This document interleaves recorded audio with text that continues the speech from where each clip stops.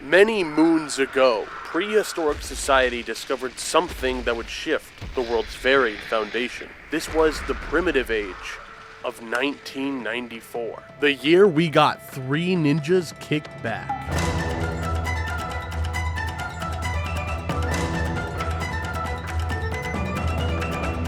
All my life, which didn't remotely exist yet, I had wanted to be a ninja. A large part of that initial fascination was thanks to this absolute cinema.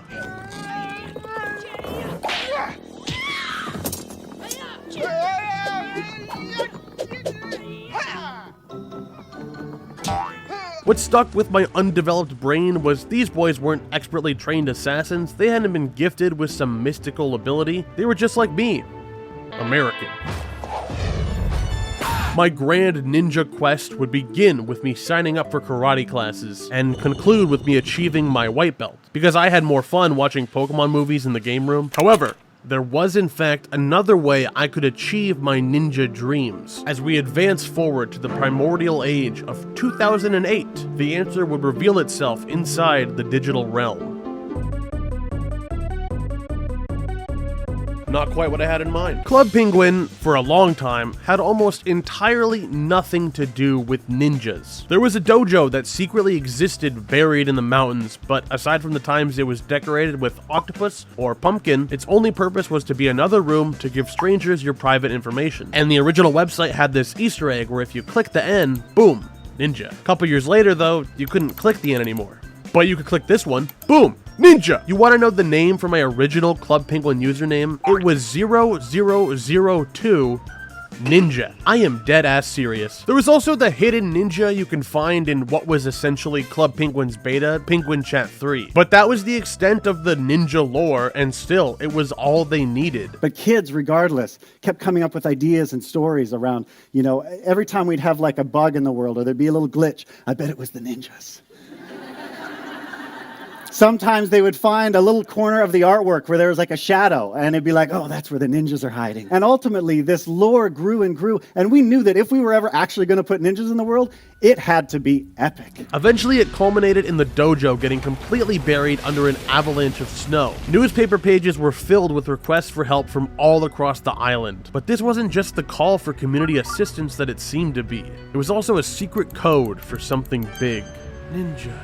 And as penguins harnessed the power of the shovel to help dig out the dojo, they noticed a mysterious figure, untouchable and unreachable. This enigma would soon reveal himself as Sensei, an accomplished expert seeking students to train in the art of Card Jitsu. So today, I am going to be fulfilling a goal 15 years in the making. I am going to master every single element of Card Jitsu, and I am going to be able to call myself what I've always wanted to be. A ninja. I don't know where to fit this in, but if I had a nickel for every Club Penguin Dig Out the Dojo video sent to All American Rejects, I'd have at least 2 nickels. It's not a true beginning of the journey if we're not making a fresh, brand new penguin. A while ago, I made an account named The Monk Hall Ninja, but I lost the password almost immediately, so let's give a hearty hello to future black belt champion, El Gloinko. Right after logging in, Sensei is here to greet us himself, which just, by the way, does not usually happen, and as much as I'd love to say they simply knew that the one true ninja had returned, I neglected to mention I'm playing during New Club Penguin's Festival of Ninjas. Tons of areas were redecorated, but even more importantly, a Card Jitsu championship was underway. With the entire population basically being forced to join in, there was never a better time to aim for the top, especially considering this event was last held 2 full years ago. Not only was there never a better time, but good lord, I don't know if there's a next time. I suited up at the clothes shop with the most appropriate outfit I could throw together and made my way to the dojo to receive starter decks for each element, as well as the crown jewel, the amulet.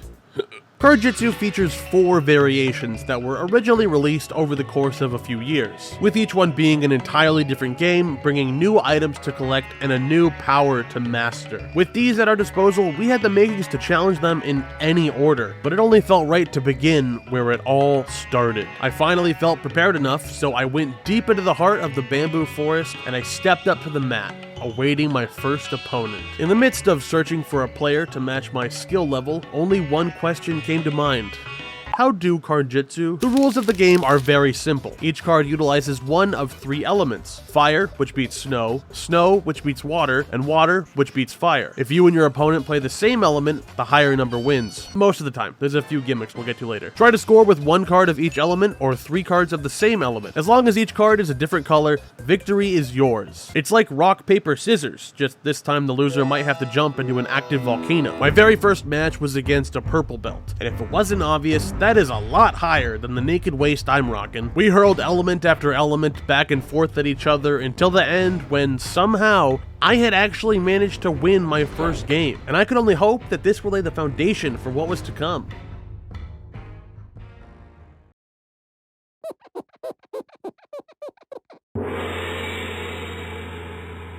Haha, I lied. I lost royally. The worst part was right before my opponent's final card turned over, the game completely froze. But I could still see that I earned the Grasshopper stamp, which is a reward for completing your first Card Jitsu game, and considering I only had one card scored while they had three, I think you know where I'm going with this. I still performed well enough to receive a participation trophy.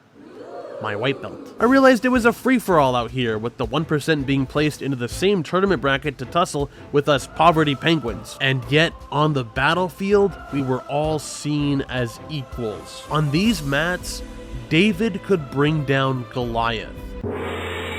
But El Gloinko could not bring down Daily Desiree. Yeah, can I be frank with you guys? Each time I stepped to the mat, I was getting washed, rinsed, and dried. The closer I got to a win, the deeper I sank into white belt hell. Good thing that you still make progress even when you lose, because I'm a yellow belt now, far surpassing what my real life self ever achieved. After seven straight losses, I took my desperation to the dojo to see if maybe Sensei could put me against someone I stood a chance beating.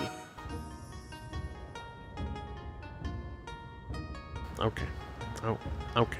Well, as long as we're here, we might as well consider why I'm losing. Sure, maybe I was being held back by my own inability to strategize, but I was also being held back by my lack of power cards. In the original Club Penguin, the only way to get power cards was by purchasing physical packs at the store and then typing in the code online. And as a kid, they were expensive, man. I mean, okay, they weren't $600, but it damn sure felt like it. In the new era, however, that method was changed, and you can now purchase 3 power cards in-game for 1,500 coins, which is helpful because for some reason my local Target doesn't carry Card Jitsu packs anymore. So I got to work doing odd jobs around the island for any spare change I could scoop up. For the first time in 15 years, not only am I trying to get my black belt, but I am a grown-ass man Googling the best ways to make money in Club Penguin. Oh hey, look at that, I finally gave up. Eventually, I labored enough to amass 6,000 coins, which equated to a whopping 12 power cards. I went right back to the bamboo forest, and you can't make this up, man. I scored so many cards, I absolutely demolished him until I didn't. Yeah, he beat me, only because he gimmicked me. More on that later. Actually, I've decided it's later. Power cards also have effects attached to them. Some can destroy opponents' cards, others can change the element entirely, add number, subtract number, basically all sorts of ways to just fucking whatever, it's no longer later. The very next match, I'd have another chance at glory. My opponent, Ghost 1620, had 2 fires and a snow. I, El Gloinko, had 2 fires and a water. For the first time, my brain actually was thinking, and I wasn't used to that. It was going a little fast. He needs to score water, so obviously that's what he'll play. But he knows I have to score snow, and snow beats water, so he wouldn't do something that simple. I could play another fire to win, but if he plays water, then I'll lose for sure. What if he'd do exactly what I do? What if he'd pick the absolute worst option?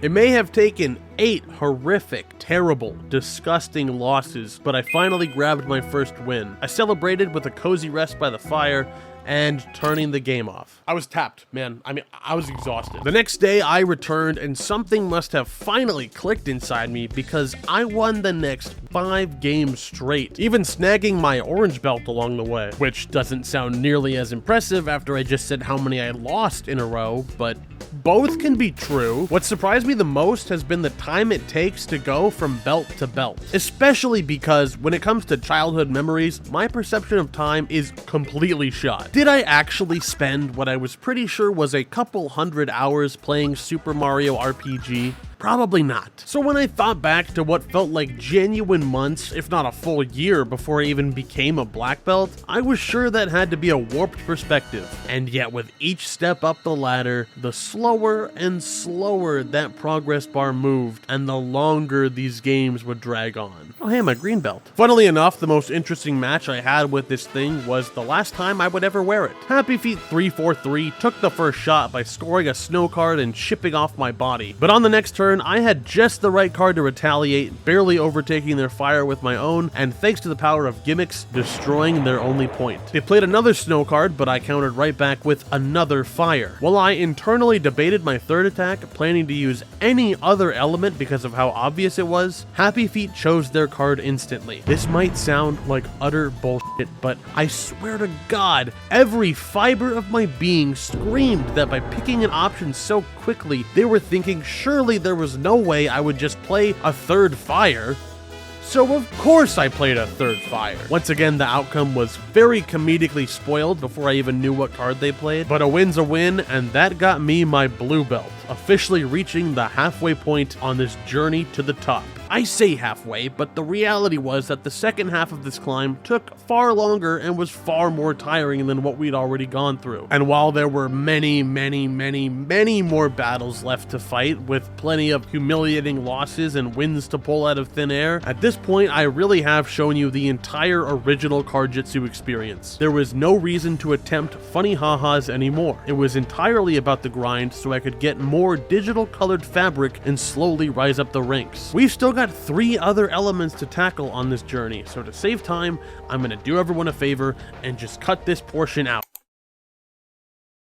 And that's where I hid the body. 99%. I was 99% of the way to achieving the black belt. Just 1% shy. No matter whether I win or lose, rise or fall, it would be enough, and the belt would be mine. My final opponent could have been anyone, but a personal friend of mine insisted that I choose to battle them. So giving in to their constant need for attention, and with everything on the line, I stepped up to the mat against Bronchomulan, a beltless warrior. I could have easily asked him to throw the match, and like I said, the outcome really didn't matter. But just because I could lose, doesn't mean it was an option. I knew you'd use fire. I'm gonna play fire again. I don't believe you. He's on top of me, man. He's all over me. Dude, holy crap, that's a rare card. Yeah, I know. I knew you. Never mind. Holy crap, he has 2 win conditions available. This is really bad. There's no way. Before your card even showed, it gave me a There's no stamp way. called True Ninja because the game was over. After the most intense match of my life, I earned my black belt and wore it with immense pride. I got the black belt. I'm a white belt. But before I could celebrate, I received a letter from none other than Sensei, inviting me to challenge him for the final piece, my ninja mask. I accepted without hesitation. But as soon as Sensei stuffed me into the machine and my ass got cubified, I knew it was over. To my fortune, the next match would go much better, and the final turn didn't even have any power cards. I think that's kind of beautiful. Earning me the title of Ninja Master, and the final piece to this puzzle, the Ninja Mask. I also bought a couple other items just so I could complete the look. If this doesn't scream ninja, then I have no idea what does. Going from naked to blue belt took roughly 2 hours, and going from blue belt to black belt took roughly 5 hours, with the final hours solely dedicated to going from this to this. I'm also sure the original game probably awarded you even less experience for a win in the higher ranks, so forget what I said earlier about my perception of time being shot. This was a 40-hour work week in 2008. No wonder there was a recession, although I honestly probably won a lot more back then in general, so scratch that, reverse it. Next up on this quest is completing Card Jitsu Fire. Even though it's a spin-off that released a year after the original, Card Jitsu Fire always felt like the cool, mysterious older brother, and I couldn't remember why that was until now. Club Penguin was no stranger to favoritism through monetization. If you didn't have a membership, you didn't have rights. Clothes? Not happening. Need somewhere to live. Kill yourself. How about some music? A surfboard? Some food? I don't need a house, I'll just take a box. Please at least let me play the shell game. Damn it! For anyone without an easily swipeable credit card, it was complete and utter survival mode out here. Just kidding. This applied to a ton of games as well, but they at least would give you a Costco sampler of what was in store. You could play just about every game on the island, but they were occasionally restricted to a certain number of levels or a specific mode. But until Card Jitsu Snow released in 2013, its counterparts Fire and Water were 100% locked behind a membership. You were not even allowed to look in their direction. In that 3 or 4 year span, the only time non-members could play was during an event in 2011. You got 2 weeks to enjoy it, and then it was back to... This made trying to get my fire suit back in the day an absolute chore. By the way, what the hell is a fire suit? Instead of earning bells, we now will progressively earn pieces of the Fire Ninja outfit. But don't be fooled like I was. Just because there's 4 rewards instead of 10, doesn't mean it's gonna be any faster. Now obviously we'll get the full outfit by playing Card Jitsu Fire, but just one question. How do Card Jitsu Fire? You and 3 other players are plopped onto a board 2 inches above lava. In the middle are stones randomly numbered 1 through 6. Whatever number you get corresponds to how many spots away your little penguin can move. Each spot also has an element on it, so whatever element you have the mostest, bestest cards of, you'll probably want to pick that one. All players start with 6 life points, but if you don't play a good enough card, they will drain you of everything you have. There's 2 spots that let you pick any element you like, and 2 spots that will place you into a classic one-on-one Card Jitsu battle against the player of your choosing. Winning one of these battles will award you with an extra life point, and will permanently ban the losing player. You might be thinking that because the special effects of the power cards don't matter anymore, they aren't as important. And yes, but actually no. No longer can you use a little squirt gun to beat a raging wildfire. Now it is solely a numbers game, and if you don't have the numbers, you definitely do not have the game. I thought my lack of power cards was bad before, but here it was embarrassing. You're done, Mandy. No, she had a 12. Still, that didn't stop me from turning a blind eye to this issue as I continued bashing my head over and over. All things considered, the climb started out pretty good, but that was only because I mostly faced off against others who were suffering from the same case of empty wallet syndrome, and yet my skills were already starting to be recognized. They asked me how I could possibly be this good, and I responded, the plunger on my head fuels my power. If you get a plunger, you could be even stronger than me. Intrigued by my promise of strength, they inquired where they could get one.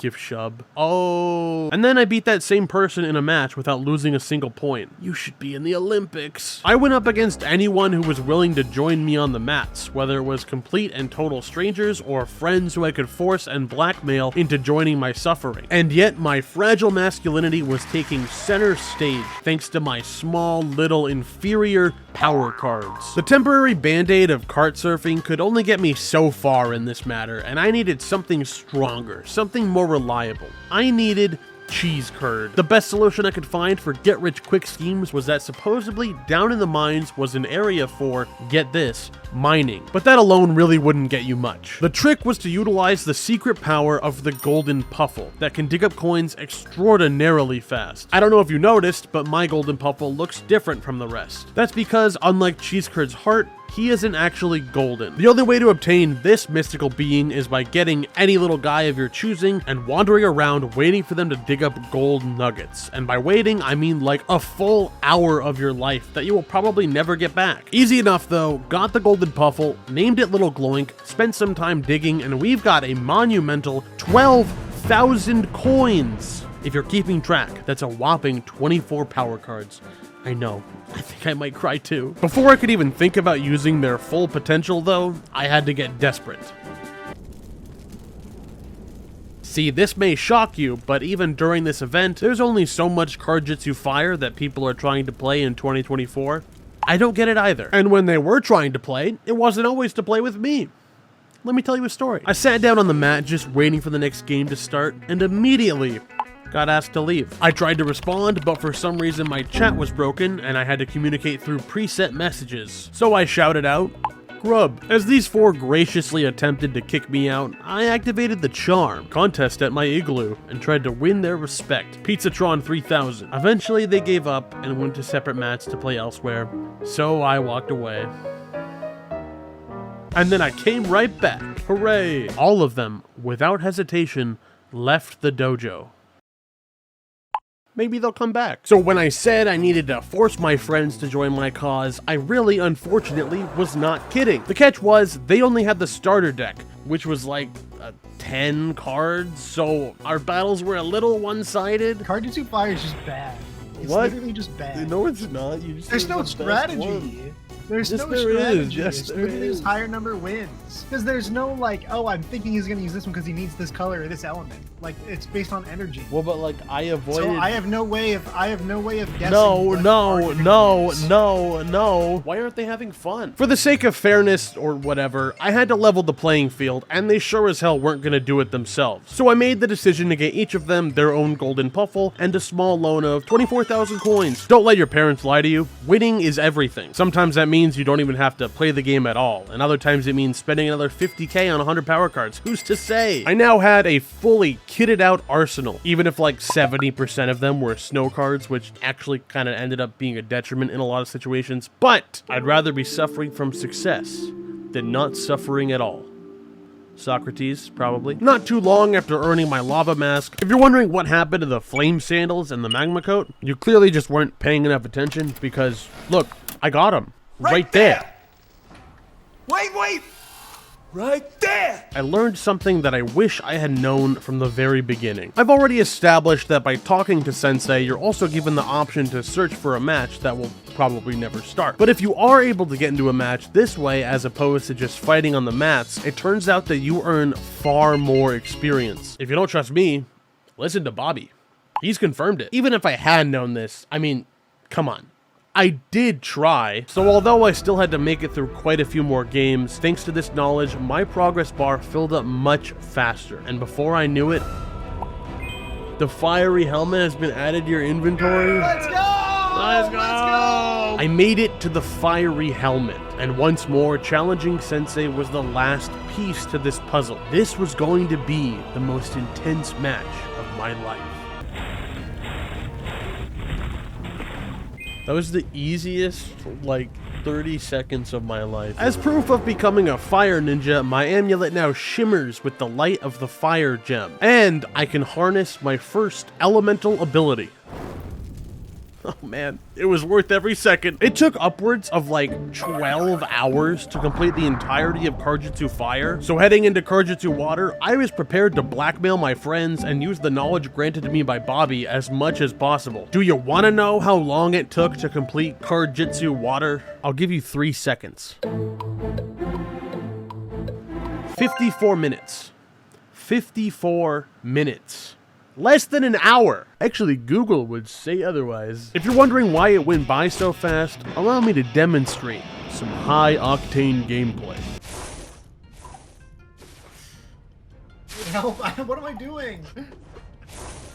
Help!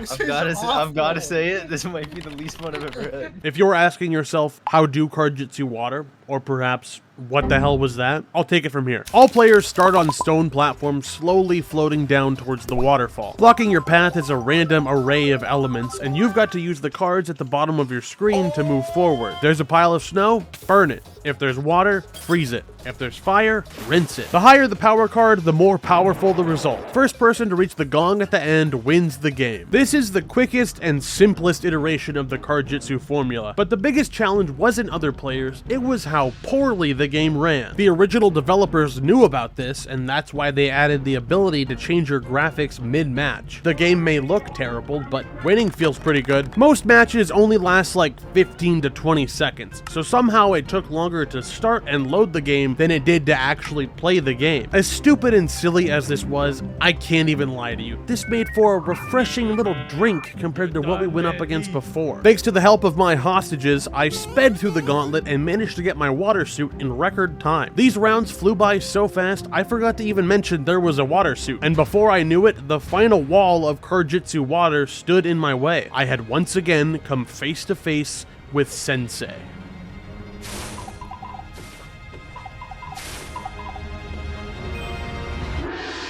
Genuinely, that has got to be some kind of record. It took 2 cards and 6 goddamn seconds. Not only did I now have complete and total control of the waves, but my amulet had been engraved with the gleam of water. This, my reptilian friends, is as far as I have ever made it before. Yes, you heard right. I had reached this level once in the past. Back in the springtime of my youth, I was just one distant step from glory. When I finally got put together, I went back expecting a big welcome. You know what they said? Your history. Moved right on to the next bookie standing in line. There was a lot left in me. I never got a chance to show 'em. I now remember what it was like to taste victory, but I have never forgotten about the one that got away.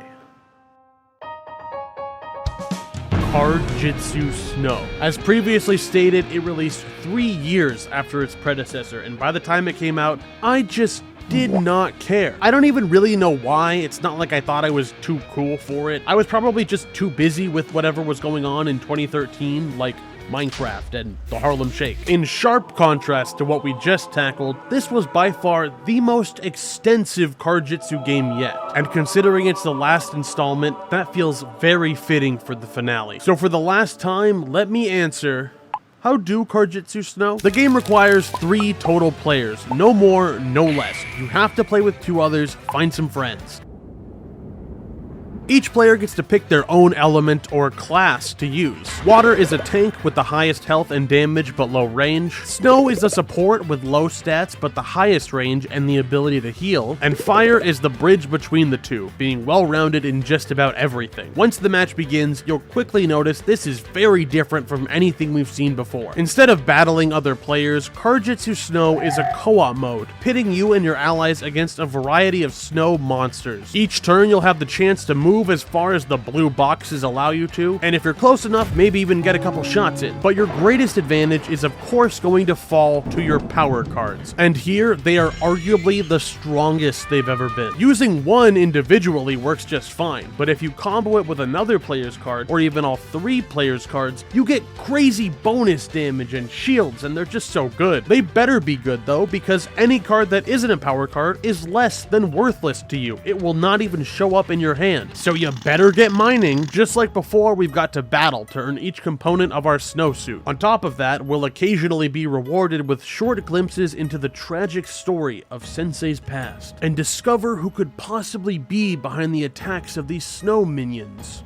Surely it isn't Stink Eye Stan over there. Card Jitsu Snow is a far slower, far more strategic game, which is why I only ever played it like twice when it first came out. My attention span was low and my lack of skibbity toilet was high. Much like any online game, teaming up with random strangers always goes well and is never a mistake. You're able to consistently work together, especially when you have no form of communication, and never would a comrade leave your side early, resulting in crushing defeat. Truthfully though, the worst part isn't even having bad teammates. I've played Valorant, I'm familiar. The worst part is simply queuing up, which I also dread in Valorant. But let me explain. You have to pick one of 3 classes to start the game. So if you and your 2 pals each pick a different one, the game will start just fine. But let's say you're playing with a real asshole, and his name is, Gangrene. And Gangrene picks the same element that you wanted. Well, there's no way for the game to start now, and you will load forever until someone gives up or the spot gets filled. Obviously, this isn't a big deal with a bunch of people playing, but like I said,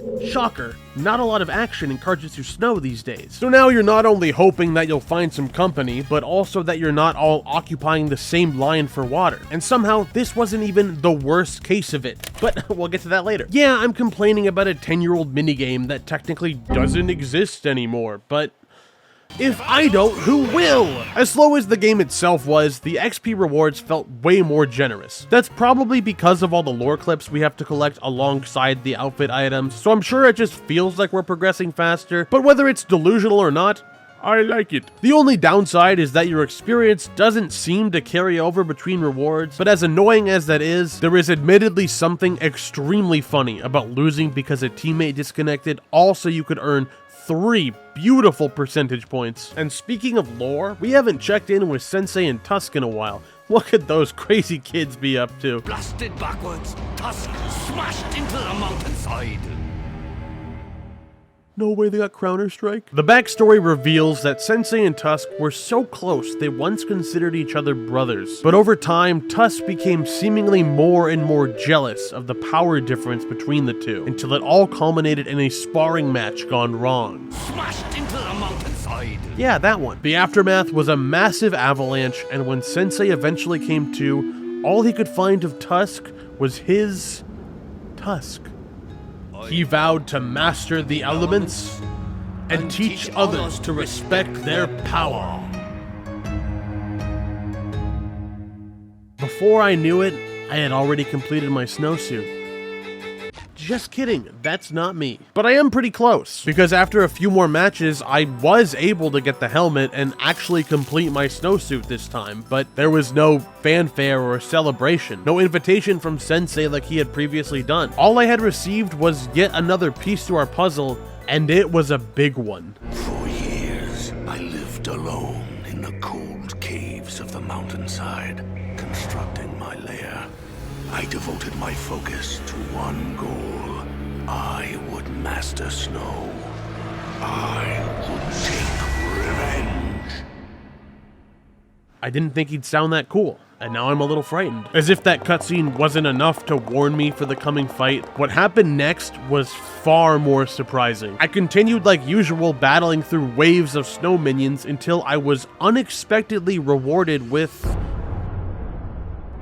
my snow gem.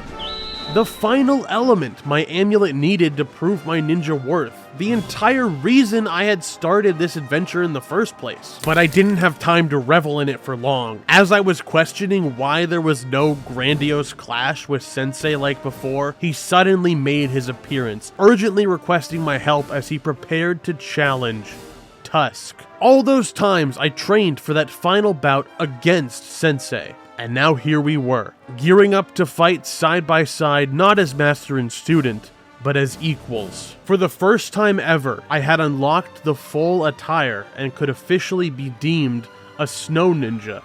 This is the greatest thing to ever happen to me. But I wouldn't allow myself to be considered a true master until we had defeated Tusk. And conveniently enough, his secret lair was located just a couple feet from where we'd been training. So I entered the cave more than ready for the conflict ahead.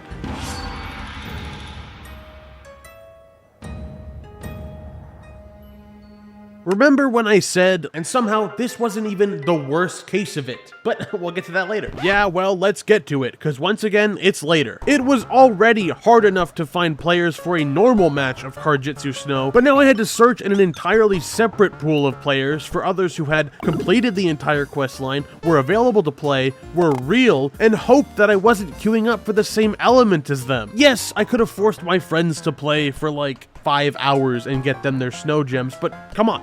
I'm not a monster. No. But still, there was actually another way they offered to help. They enlisted themselves as emissaries, going all around the island, telling anyone who would listen, "El Gloinko is battling Tusk, and he needs your help." I'm in the main town saying El Gloinko needs your help fighting Tusk. I stood outside the cave waiting for any supporters to arrive and demonstrating my elemental prowess so they knew I was serious. And finally, we got one. Goldmine had made his entrance and devoted himself to our cause, until he got bored and went back to mining. Gold mine is back in the mine. But then he valiantly returned once more and proudly declared I was wasting his time. Eventually, we were able to recruit another hero by the name of Leadhead, but this still was probably the most frustrating hour of my life. Leadhead said he had the snow gem, and he's like, how do I do it? And Goldmine said, don't do it. You're wasting your time. No one's there. Someone offered to help out who we thought would be our third, but then we found out they hadn't actually played the game at all yet, and after I explained it takes like hours, they were still down to help, which I really appreciated, but I just did not want to do. Also, fucking Goldmine was just like playing the regular mode right in front of us. It was actually so disrespectful. This person offered to help and asked, where do you get the amulet? When they were wearing the fucking amulet and also didn't have the snow gem. After waiting for so long, Leadhead left, which I really couldn't blame him for, so I went to the mine to apologize, but the second I showed up, he just completely dipped. Guys, I'm not kidding. I think this might be the most I've ever felt like the biggest loser of all time. Leadhead came back and I tried to thank him for trying, but I guess he didn't hear me, so I said it again. And then he responded, not me, I just got here, but it sounds sad.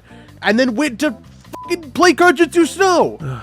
At this point, it was a solid, embarrassing hour of rejection, so I fed my puffles, played some games, and accidentally started a cult. After I saw the Goldmine has logged in notification and got chat banned from maybe some misdirected anger, I decided that was probably it for the night and stopped my recording. Until, I am not kidding you, 3 minutes later, someone named Ojas0401 showed up wearing a snow gemified amulet looking for help right beside Leadhead. Like I mentioned though, I was chat banned, so I had to communicate what element I was gonna pick through my translator, Zumbop. I walked into the cave, chose water as planned, and waited.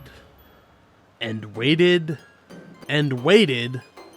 And after the longest minute of my life passed, something felt wrong. I remembered earlier Ojas called out they could be fire or water, so my last chance was hoping they didn't hear my translator and we were accidentally doubled up. Just like gangrene. I re-entered the cave, swapped to fire, and the moment I did, the genuine joy I felt in this moment was unbelievable. Not only was I proving the haters wrong in real time, but if we succeeded here, it would be the last step on my journey. 15 years in the making. The battle with Tusk is fundamentally the same with a few key differences. More than ever, we need to close the gap and wail on him as much as possible, because his health bar is massive and every one of his attacks can damage you no matter where you're positioned on the board. Thankfully though, I'm not alone. Not only do I have my 2 comrades, but Sensei is providing necessary combo support from the back line. Despite Tusk's incredible strength and resilience, we managed to get him down to half health, causing him to retaliate and send us all flying back to where we started. There were some close calls on our way to counterattack, but thanks to a stunning combo from Leadhead and Sensei, I wasn't out of the fight just yet.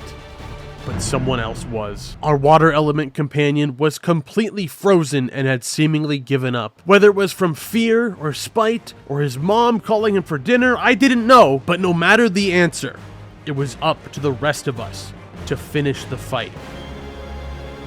No matter how many times Tusk pushed us back, we continued charging forward. Despite our weakened synergy from being down a teammate, it also inspired Leadhead and I to keep up the pressure and use everything we had. Tusk fought back, denying a fate that was already written. We pushed through the barrage of icicles, getting just barely within reach to make one final ultimate attack. By combining the might of our remaining strength, my hopes and dreams of finally becoming a true ninja would rise, and Tusk would fall!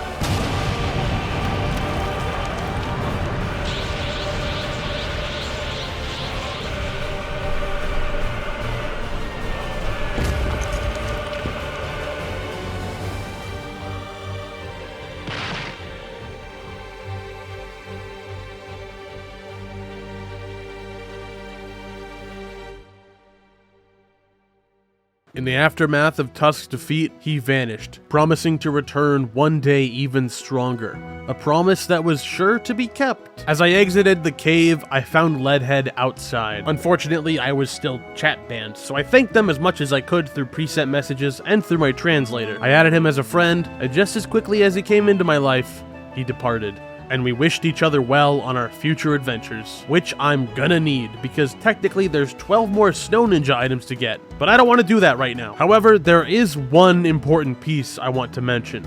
In the wake of the final battle, Tusk left behind his tattered cloak, and it's mine now. I look fucking awesome. I even offered to help some other people fight Tusk so they could become ninjas too. They may have ignored me and left to play the regular game, but hey, I still offered. A decade and a half ago, I started the first chapter. Now knowing how long and how tedious some of the grind was, I may have lost respect for my current self, but I gained even more respect and admiration for my younger self. And after many hard-fought duels, I finally finished this story. Plus, now that the world isn't ending or whatever, I can bask in the awe of my complete, fully realized amulet. I mastered the entirety of Card Jitsu, and what better way to celebrate that than to become Card Jitsu. Thank you to Gaspacho146, Biggie Banana, Sintoki, Lyra, Wayward Rosalind, Brennan Grissell, and all my other Patreon subscribers and YouTube supporters. Genuinely, I am really happy with how all the new stuff has turned out, and I'd love to hear any kind of feedback you might have. Feel free to comment down below or let me know at patreon.com/Shyntos. And if you need more Card Jitsu content, I highly recommend Chris Hendricks' behind the scenes video on composing songs for the original game. It's fantastic. Thanks again. Bye-bye.